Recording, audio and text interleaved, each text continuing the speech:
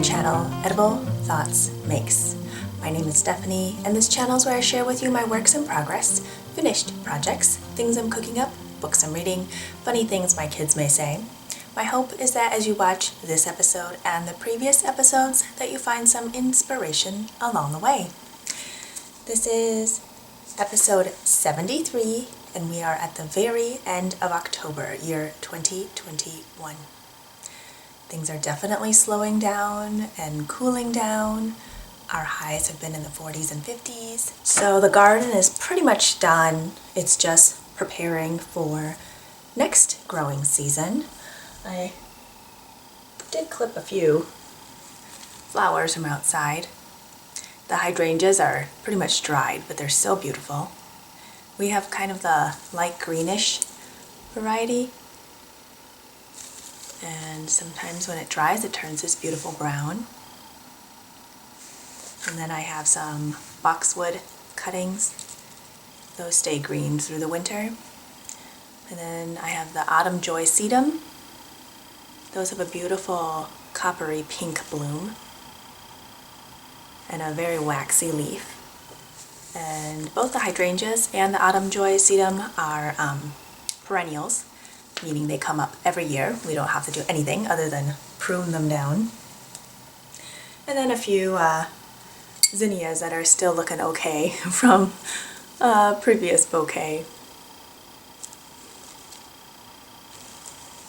So I actually don't have any water in this vase because most of the flowers are pretty much dried. And the autumn joy sedum, if I put it in water, it'll just start rooting, which isn't a bad thing, but these ones are just all dry. You can kind of hear it rustling. So at the beginning of this video, you will have seen some footage of a road trip that we recently took as a family. We had fall break, so the kids were off from school, and we decided to take a mini road trip. So I typically like to pack everything, slowly in the days leading up to leaving for a trip, just to have things in order and not be like frantically trying to figure out if I have everything at the last minute.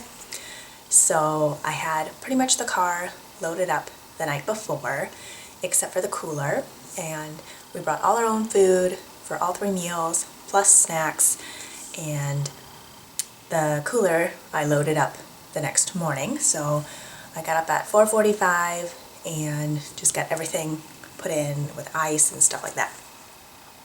So we were on the road by 6:40, which isn't too bad. I was hoping we'd be on the road by 6, but with kids and stuff, sometimes it takes a little bit longer.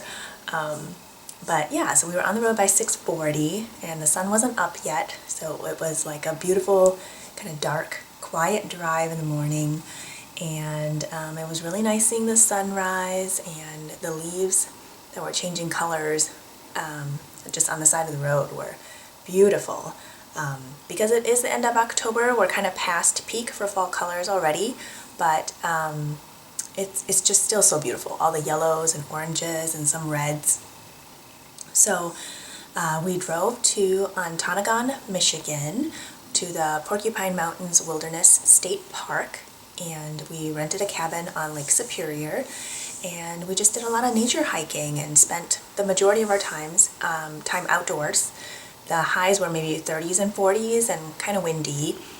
Windier closer to the lake than hiking more in the woodsy areas, but yeah, it was pretty chilly, and even started sleeting, which is kind of like snow rain. So that was pretty cold. One of the days we had packed all the food to eat out at like a pavilion or picnic benches or something, but it was just too windy and the kids were freezing. So we went back to the cabin and ate our hot lunch there. But the first night, we had the most spectacular sunset over Lake Superior. To hear the crashing of the waves and seeing the color of the sky, pink and orange and purples, and it reflecting in the water. Oh, it was incredible. And I will have inserted just footage from the drive, from the hike, and just all the colors. And it was absolutely beautiful. And yeah, so I hope you enjoyed that footage. But yeah, it was a wonderful trip, and it was just nice to get away for a little bit. So as far as projects to share with you today, I don't have any finished projects to share with you, but I am wearing some of them just from the past that I've made. And I do have 2 works in progress to share with you today. One of them you've seen and one of them is a new one. Yeah, and then I think for the months of November and December, I mentioned in the last episode that I'm planning on slowing down as far as recording. Just because it's a season to slow down, even though it sometimes can feel like you're like trying to hurry up and like wrap things up or get gifts made or whatever the case may be. But I just want to be really intentional and mindful of my time in these next 2 months. Yeah, so I won't be doing Vlogmas. So Vlogmas is when people record kind of their daily activities or things like that and upload them every day. Last year I did Vlogmas weekly. So I recorded through the week little snippets and then compiled them to share with you at the end of the week. And it was really fun and I did enjoy it, and it's kind of fun to create this little video time capsule, but it was also time intensive and not just having to record through the day, but also editing and putting it together and things like that. And I don't know, I also didn't want a camera on my kid's face all the time, although not their faces, but like just having it out.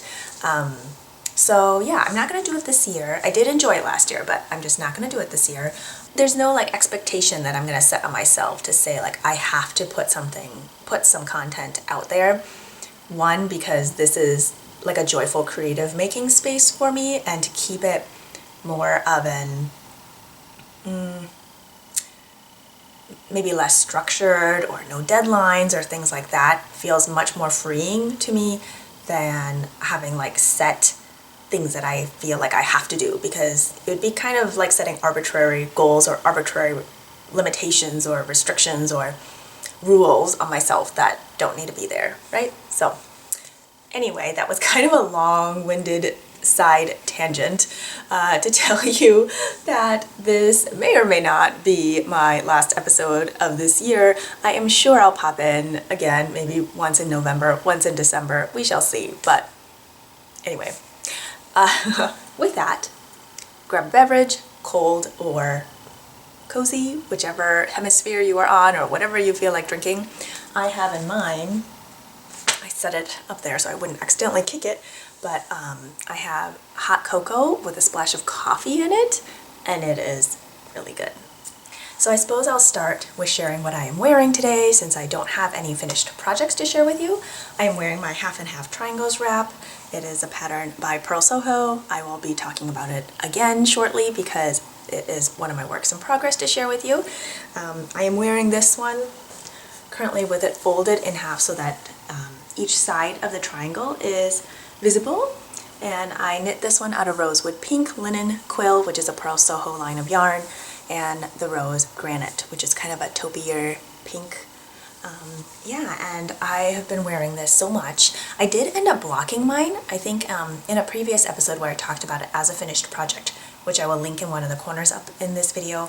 I had not blocked it yet because I didn't really think it needed blocking. The entire project is garter, but I did end up blocking it, and I'm not sure it came out significantly bigger than what the pattern says. I think mine before blocking was already slightly bigger, but because it's garter, it's so stretchy that it kind of just does whatever it wants to, like shrink back up or stretch out with gravity as you wear it.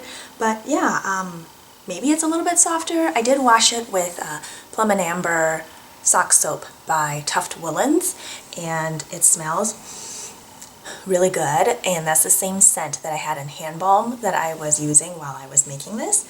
But yeah, I've been wearing it every morning because, well, it's chilly and this is so cozy, and I'll either wear it over my shoulders or with it like wrapped around my neck, kind of over my shoulders. I don't know if you can see the extent of it, but it is pretty big. This one is the large size where I cast on 260 stitches using a US 3 needle. The other finished project, I suppose, well, not finished project, the other item that I am wearing is the Rift Tee by Jacqueline Cieslak. And this one I knit slightly past elbow length. I used 1 skein of single ply lace weight merino and a 150 gram skein of Blueface Leicester in fingering weight. Yeah, I think that's what I did. And I knit till like I had basically no yarn left. But it is a bottom-up tee, and it has neat detailing on it, and the back is slightly longer than the front. And it's a great layering piece. So I have it worn over a linen dress today, and yeah, super cozy. And then on my feet, I have my Forest Trail socks. That's a pattern by Natasha of Northern Knits and Pearl. Let's see if I can raise my foot up. I'm not sure that's a very effective way to show you. I'll just take it off. I knit these in 100% non-superwash wool. It's Mondim in like an olivey colorway, and I held that double with a mohair, silk mohair dyed by Colleen of Little Lionhead Knits in the apple colorway, and they're so cozy and so comfortable. I've worn them in hiking shoes and gone hiking with them, and they've held up really well, and I've worn them around the house and they're super comfortable. So yeah, I am very cozy today on this gray, cloudy, windy October day. I think it's, I'm not even sure it's hit 40. Probably has hit 40 degrees. Let's see. Currently 43 degrees outside. You can definitely feel that the days are much shorter. Sunrise is like 7:45 maybe, with the sun setting at like 6 o'clock. So not a lot of daylight these days, but absolutely beautiful. I love the cloudy days, rainy days, sunny days. I love them all. So now that we've gone through what I'm wearing, let's get into the 2 works in progress that I would like to share with you today.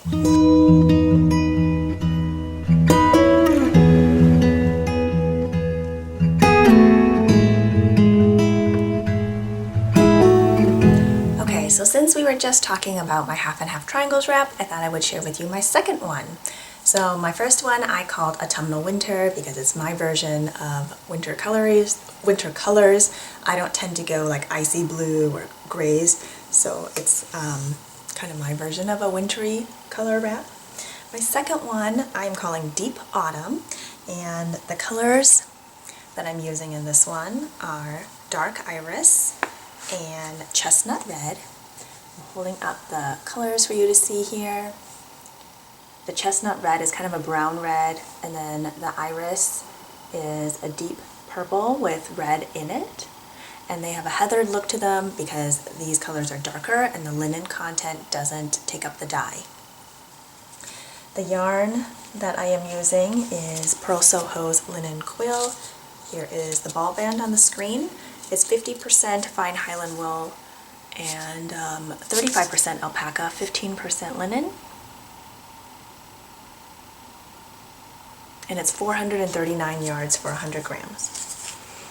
And I, on our road trip, on our fall colors trip, I put my project in a smaller sock size bag that I had made because the project wasn't so big that I needed to bring the larger bag that I had made for it. And I am still on my first skein. I keep my needles in this double pointed needle cozy that I had made just to keep the stitches from falling off and to keep it tidy. I'm in the middle of a row here, but I have made quite a bit of progress since last time. I left a progress keeper where I showed the project to you last time. It's a crescent moon with a gemstone on it, and that's made by Maria of Woolen Forest. And I think I forgot to mention that everything that I talk about as far as designers and yarns and things like that, I will link to in the description box below this video. Sometimes you have to click show more or a little arrow, and then Ravelry project pages will be listed separately and clearly marked that those are going to Ravelry. So now that I've shown you where I am on this project, I will move my progress keeper up, and then whenever I record next, we shall see how much progress I have made since then. So on this project I am using US 3 needles, but I cast on a different number of stitches. So the free pattern has the small size as a cast on of 190 stitches. The large size is 260 stitches. I did some math and decided I'm going to do 230 stitches for my cast on for more of a medium size. And since the large size used, I can't remember how many grams into my third skein for each color, but I felt like maybe I could try to eke it out in 2 full skeins of each color. So the large size has you buy 6 skeins of yarn, but you just don't use like the third skein fully. So we shall see where my math takes me. The next work in progress I'd like to share with you is a brand new cast on. Earlier this year, or maybe even last year, I had it in my mind that I wanted to knit both of my girls a marled flax sweater. The flax is a free pattern by Tin Can Knits, and there is a worsted weight version and a fingering weight version.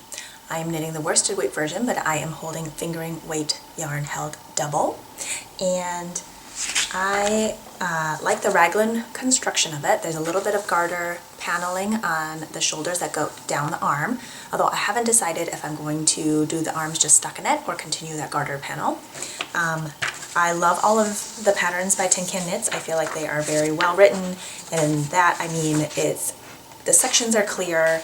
I can follow what's where pretty easily as far as their layout goes. They usually provide schematics, which I find super helpful. I have the printout here. They'll draw, whatever it is that the pattern is for, and then list out measurements for everything, which I find super helpful, especially if you need to customize or change things up or whatever it may be, and also just to kind of know where you're at once you finish a section. Like, does this look right? Is this what I want? If my gauge changed, like, how do I fix it? Those are all really important things to me when knitting a pattern. So this one calls for worsted or Aran weight, and like I said, I'm holding fingering weight double. The gauge is 18 stitches by 22 rounds for 4 inches in stockinette using the larger needles. You'll have smaller needles for the ribbing, and then the larger needles for the rest of it. I decided to use the the needles called for in the pattern, which is a US 6 or 4mm and a US 8, which is a 5mm. And I am knitting the size 8 to 10 years, which will be slightly on the big side. However, if my gauge ends up being slightly smaller just because I'm using different weight of yarn, then that will still fit okay. So the one I'm knitting should have a finished chest circumference of 28 inches, and my daughter's chest circumference is 23 inches, so it'll give 5 inches of positive ease. Again, so if it ends up being slightly smaller, I think we'll still be okay, but also with the extra positive ease, then she has room to grow into it. And it also gives me options for different body lengths, like slightly shorter or longer, and the yardages estimated for both of those, and that is super helpful. As you may know, I am often playing yarn chicken and using what I have and trying not to buy like an extra skein of yarn just to use up like 20 grams from there. So knowing yardages or even estimates is really, really useful information. Which is also why I tend to provide a lot of information in my videos, because I want you to feel empowered to make those changes or do those estimates, do the math yourself to make projects work for you. So I'll show you where I'm at so far.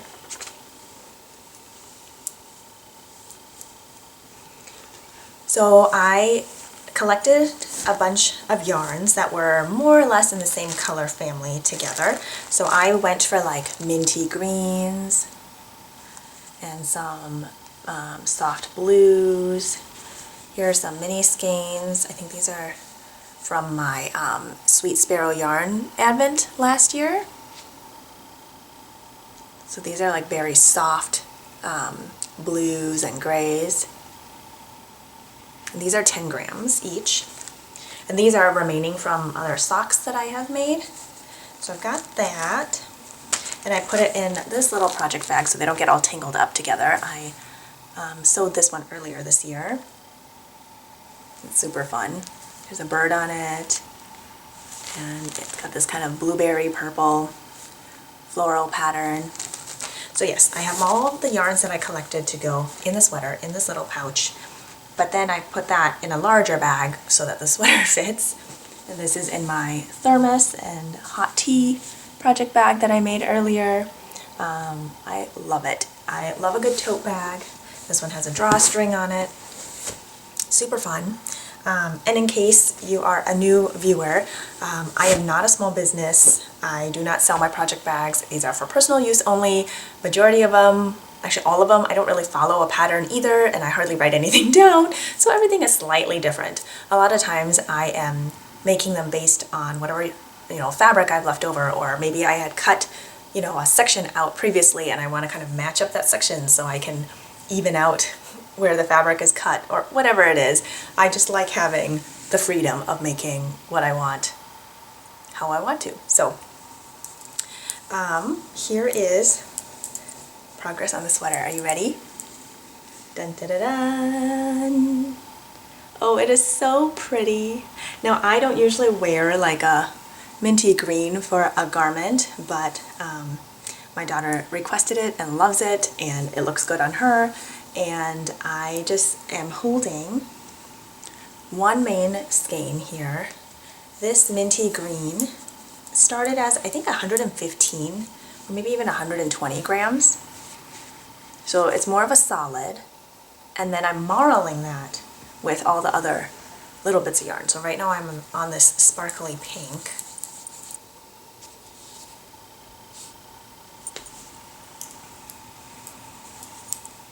So it starts from the neckline, and there's an addendum to the pattern for short rows. There wasn't short row shaping in the original pattern, so there's an addendum that is added for that, and you do the short row shaping after you complete the raglan increases.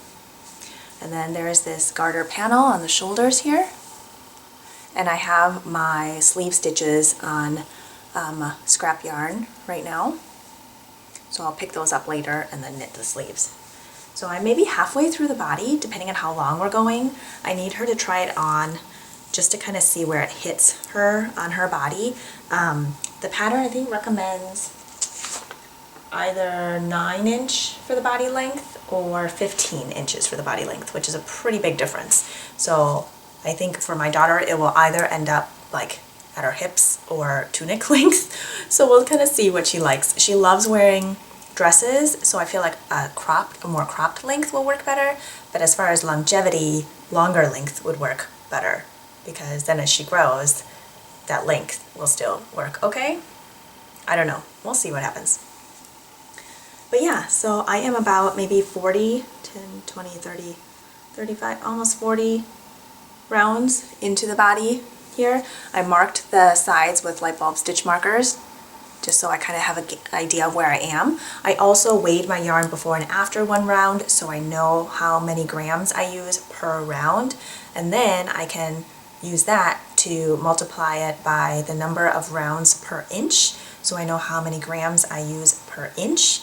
And I'm not worried about running out of yarn, but it's something that I like to do when I am potentially going to make the pattern maybe more than once, or just to kind of know about how much yarn I need. The pattern does say that if you're going to do the shorter length, which is 9 inches, you need 500 yards. If you're going to do the longer length, which is 15 inches, you need 700 yards.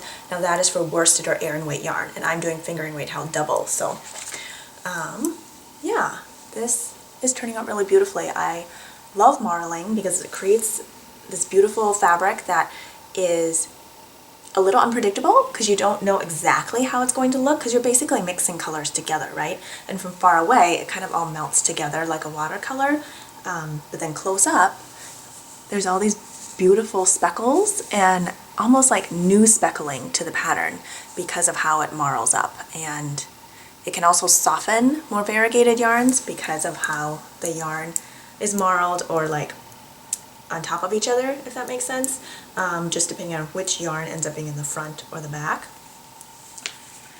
I don't know if it's that visible on camera here, but so yeah, I absolutely love how it's turning out. It is so beautiful, and it's working up relatively quickly on US 8 or 5mm needles, and I like the fabric of a DK or worsted using US 8 needles. It's comfortable in my hands, it flies quickly, my tension's even, my hands don't hurt. It's kind of a sweet spot for me. I really like that. And I have a polymer clay charm progress keeper I made that's a sheep. If you've watched previous episodes, you'll know that the polymer clay I have had since, what is it, 1990 something. But it still works because it's polymer clay and it doesn't dry out. But yeah, I wouldn't trust that it will last forever once I've baked or cured it, because it could probably crack or something, but it doesn't matter. I've got it, so I'm gonna use it and have fun with it. So I think that is it that I have to share with you. One recipe that I wanted to try is it's a one-pot French onion soup recipe, and I will link to it in the description box below, and maybe I'll share how it turned out on my Instagram. My Instagram handle is edible.thoughts.makes, so you can always check out what I share there in my stories or on my grid. But yeah, I have a one-pot French onion soup recipe that I am excited to try out today. I don't know if I'm going to try to do it, I was going to say in the slow cooker, but I think with the caramelization and then needing to broil it at the end, slow cooker is not the best method. Yeah, well, I mean, the recipe doesn't call for using a slow cooker either, so that's just me thinking out loud. So I hope you are doing really well, and I hope you are finding time or intentionally making time to slow down. That may sound really weird, but it's like we need to hurry up to slow down. Does that ring a bell for anybody? It's like, I don't know, we get to the end of the year and we feel like there's all these things to do, we need to wrap things up, we need to finish things, we have gifts to get or make or whatever the case may be, but then you kind of lose your option of really enjoying the season and intentionally making and yeah, just embracing that coziness and slowing down. So I think that's my wish for you. My wish for you is to find ways to intentionally slow down and enjoy what's around you. Yeah.